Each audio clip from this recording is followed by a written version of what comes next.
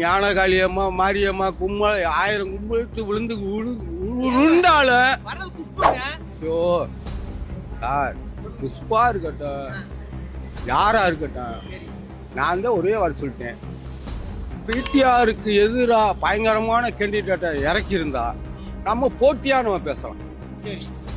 இப்ப சும்மா இது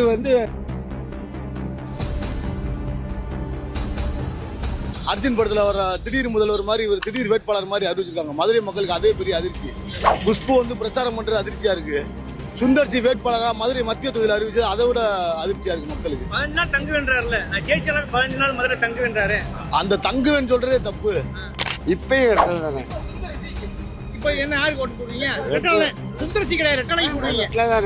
சுந்தர்சி கிடையாது, ரெட்டலை தான் போடுவீங்க. காலத்து அடுத்தாலும் ரெட்டலை தான் போடுவேன். அப்படியா?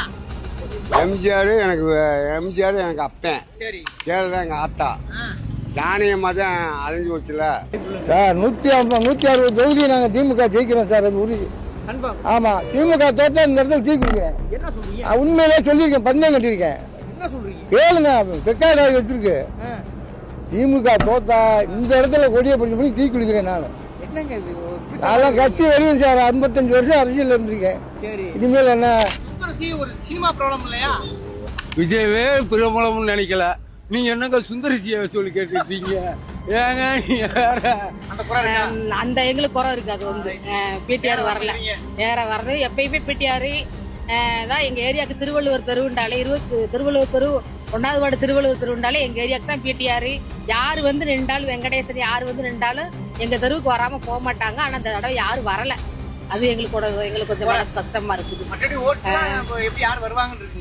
இங்க வர்றது பிடிஆர் தான் வருவார்.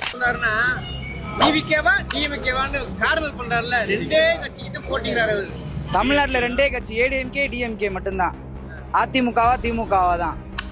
டிவிகேக்கெல்லாம் வேலை இல்லை. இங்க டிவிகே தான் போனோம். அவங்களோட கொள்கையை கேட்டா தளபதின்றாங்க. ஆட்சி கேட்டா டிவிகேன்றாங்க. எந்த கல்ல டிவிகே போறீங்கன்னா அதை சொல்ல மாட்டாங்க. எந்த கல்ல டிவிகேன்னு. சுந்தர்சி நிக்கிறாரு, ஒரு சினிமாக்காரர். அவங்களுக்கு போட மாட்டோம். எப்பயுமே பாஜக ஓட்டு போட மாட்டோம். அதிமுக அவங்களோட கூட்டணி வச்சிருக்காங்க, சுத்தமா போட மாட்டோம்.